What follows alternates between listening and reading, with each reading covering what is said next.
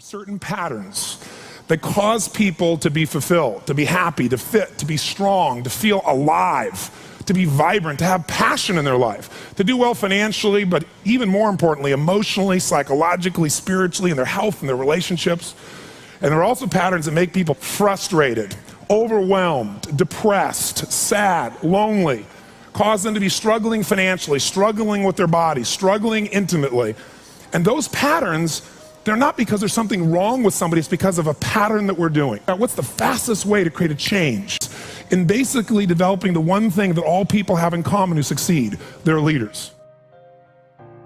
Because I don't care what style you are, I don't care if you're a mom, if you're a great mom, you lead your child, you're not led by your child. Or a great dad. If you're a great business person, you're a great salesperson, you're a great negotiator, you're a great anything, you're a great human being. This has been my entire life's obsession. What makes the difference in people's lives?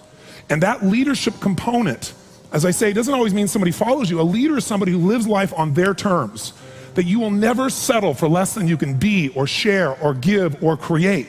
It's not what we get that makes us happy, it's who we become. How we live our life, who we are as a person. People can take away all the things, but who you become, no one can take away. And the problem is most of us are trying to be something we're not.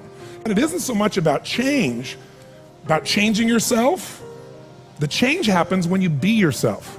Know thyself, that's the hard part for most people, and then be thyself. Because most of us in our lives, out of our desire for respect or achievement or love or connection or something, we've been trying to be the way we think we'd have to be in order to get that love, respect, appreciation, whatever it is we've been after at some unconscious level. And we've been doing it so long that we think that this is who we are. Because success without fulfillment is failure. And I can't tell you how many people I work with who are supposedly the best in the world at what they do, and they have more money than they can spend, and they have all these people that love and respect them, and yet they're unhappy inside. Because if you want to know what's really you, where you're going to be alive is when it's really you. And you may even think you know who you are because you've been living a certain way, but I'll tell you how you'll know. You'll feel euphoric, you'll feel strong, you'll feel unlimited, you'll feel free. I have seen, out of 3 million people around this earth in 80 countries, I've seen just about anything you can see, and there are only so many patterns. And what you're going to find underneath all of this behavior is we have the same needs. When you understand what those needs are and which ones you're focusing on, you start to understand why people do the crazy things they do, including you and I. And you begin to understand, hey, there might be a better way to meet my needs, and I don't have to get caught up in this game of stress and frustration and upset, or I could really help this person I care about, because I could see what's really going on. Part of what we want to accomplish here as leaders is we want to become practical psychologists. We want to understand what's really going on so we can help, so we can make a difference, so we can transform. So yes, of course you can do better in your business, because the more you understand about what people need and want, the greater you're going to be, the better manager, better leader, the better mom or dad, the better friend. And there's a better you that's available when you understand what's driving you.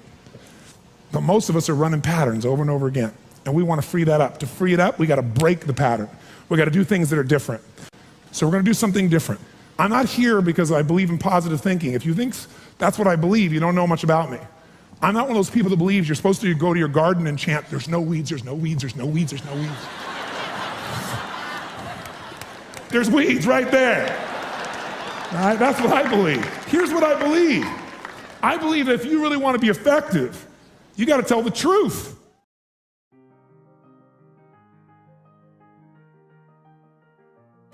What I want you to get is that the single most important skill in life, it's the word that all leaders have. What would that word be? Influence. What changes companies is leaders. The only way to change a company is leadership. If I want to change a company that I own and I want to make a shift in that company, the number one thing I'm going to do is shifting leadership. That might be taking leaders to a different level. That might bring new leaders in. That might be new leaders of new voices with new perspectives, with new skill sets, new directions, but we need to take things to another level. Leaders solve problems and leaders maximize resources. If you're going to solve problems, you can't do it yourself or it would already been solved. You have to get others to help you to do it. That requires influence. True?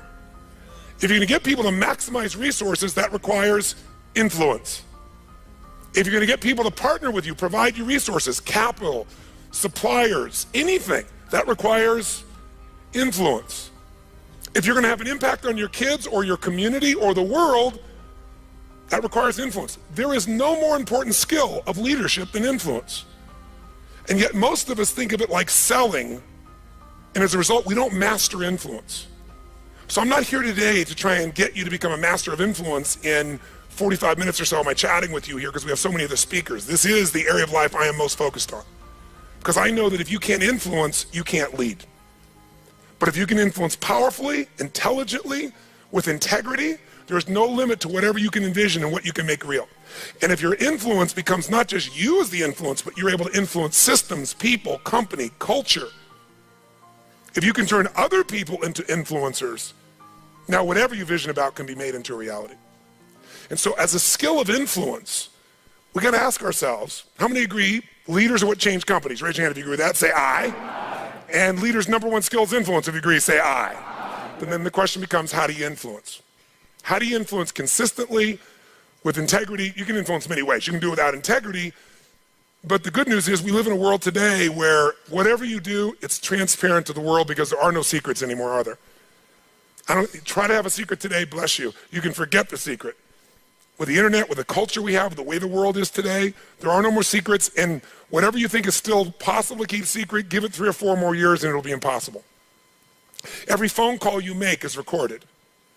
There's no single phone call that goes in and out of North America that they don't have a recording of, and they can search by word, by tone, by tempo. They can even recognize voices now. There is no such thing as privacy. Everything you've ever put on the internet is there forever, and people know it and can search it.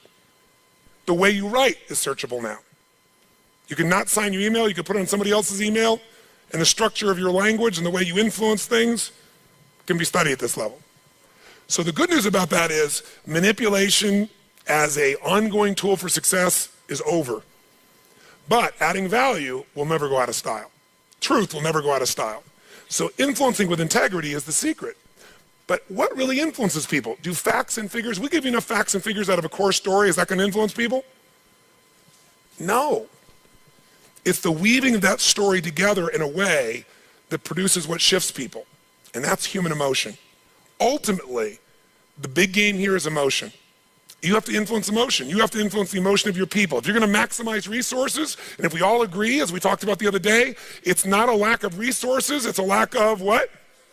Resourcefulness. If you're creative enough, if you're playful enough, if you're determined enough, if you're focused enough, you can find a way. If you're giving enough, if you're generous enough, if you're honest enough, if you're courageous enough, you will get people to help you. You will find the way. You will make that thing happen. You'll access the resource. You get someone to coach you, teach you, loan it to you, let you try it, drive it, experience it.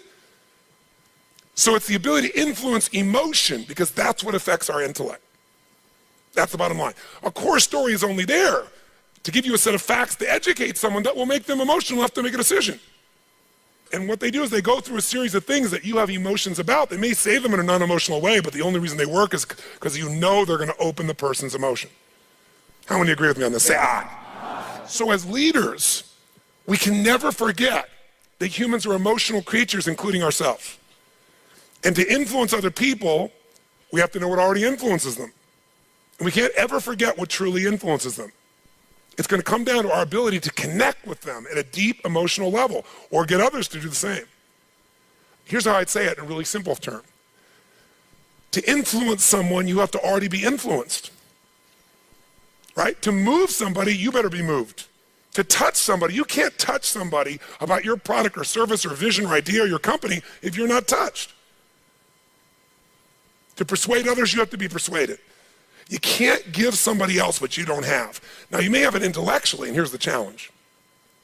When you first meet somebody in your relationship, and you're all excited, what's the level of energy like? 0 to 10, make the sound of that energy. You meet somebody you're totally excited by, make the sound, everyone.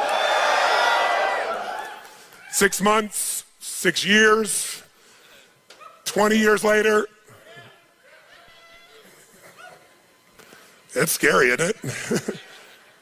And it's not time because there are people I've been with them, been together 65 years and they're still out of their mind for each other. They make the same amount of noise you did in the beginning here. What changes is very often when you're around something enough, I don't care what it is, there's a law called the law of familiarity.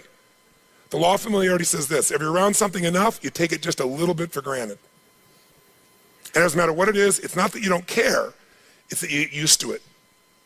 It's that the variety of it is not quite as high. It's not so new. And with that, sometimes you give it less significance. Even though in your heart you know it's significant, you don't keep the aliveness of it. It becomes something you intellectualize versus something you feel inside your body with a passion.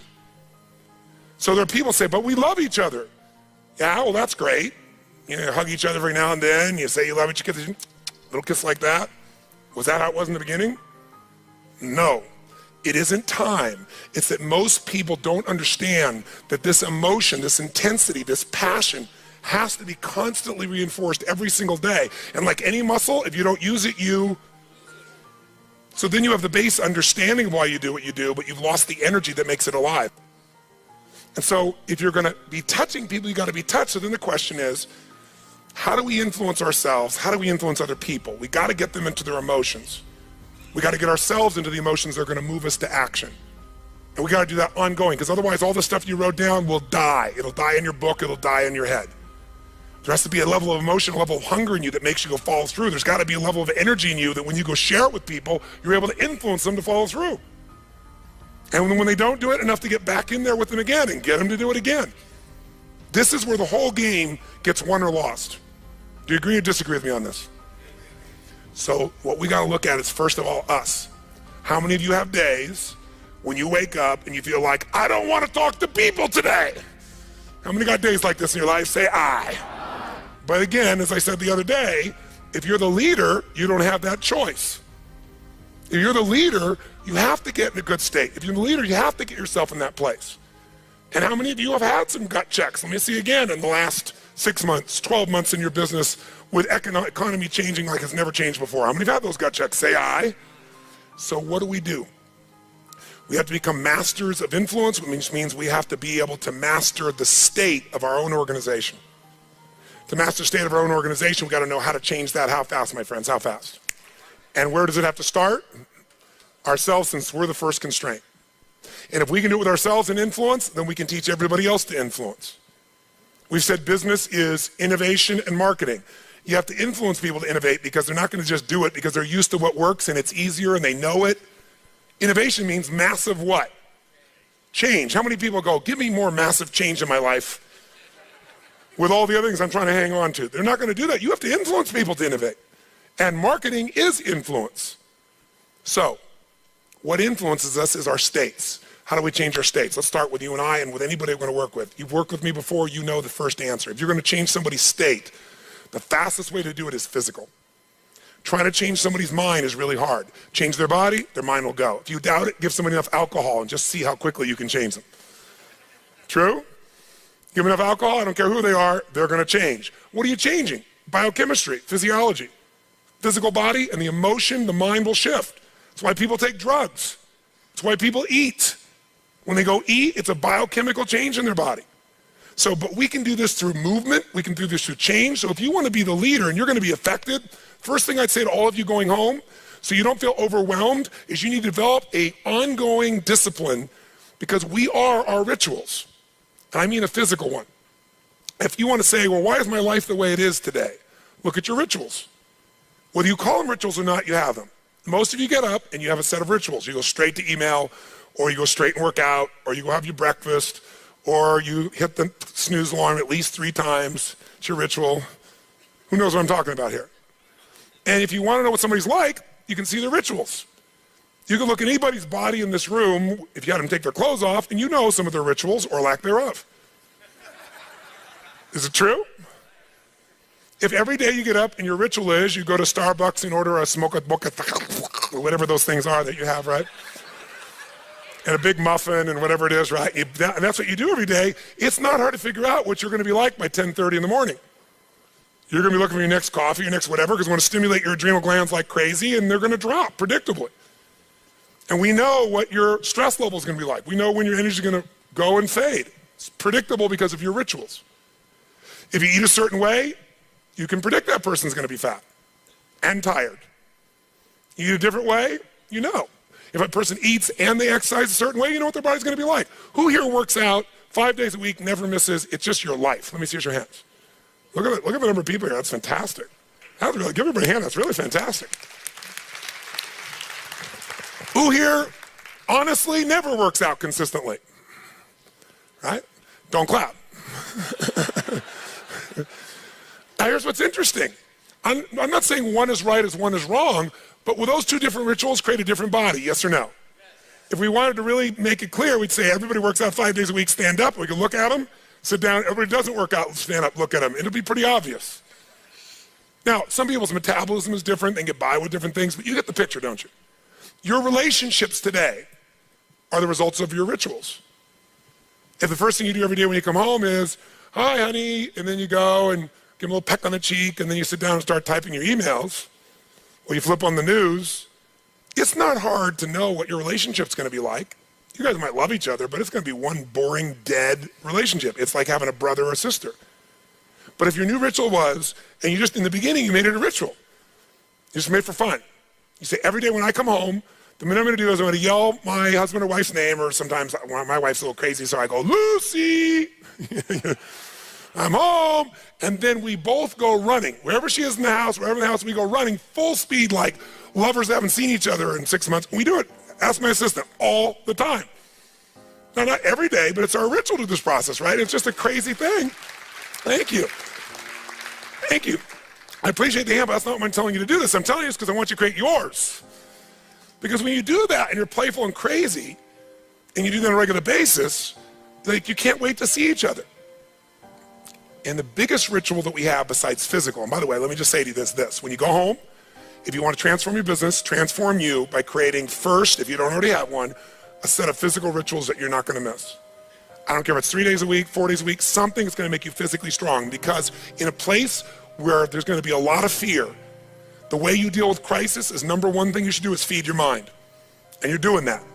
Get yourself new answers, immerse yourself in new environments, get new voices, have new perspectives, ask some new questions. Isn't that what we've been doing here? Right? And we're doing it together and bringing all these people together. I basically, to create innovation in your life and marketing, I've assembled here 19 people. You assembled 5 days of your life, and we're just rocking day and night. It's the total immersion of what I taught you in innovation. It's really what it is, but it's got to continue. For it to continue, though, we've also been managing your state to a great extent.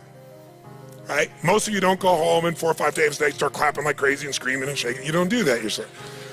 Right? And so some of you are going to go like, wow, it doesn't feel the same as at the seminar and stuff. You know, I'm back here by myself and my people aren't doing this. But some of you will go home and initiate this. You're going to have your Physiology 5, your 5 minutes of physiology shift, once an hour, once every 90 minutes, or no more than once every 2 hours. You're going to start your morning with everybody, and you're going to bring in and get some little audio clip of something from a movie or something that blasts across, the room, and have everybody stand at attention. You're going to do some crazy stuff if you're smart. Go over Zappos and see what they do. They got the most crazy stuff going on there. All the stuff that I do in seminars, they do every day at their location with their people. And people can't wait to get to work and they're in a certain state.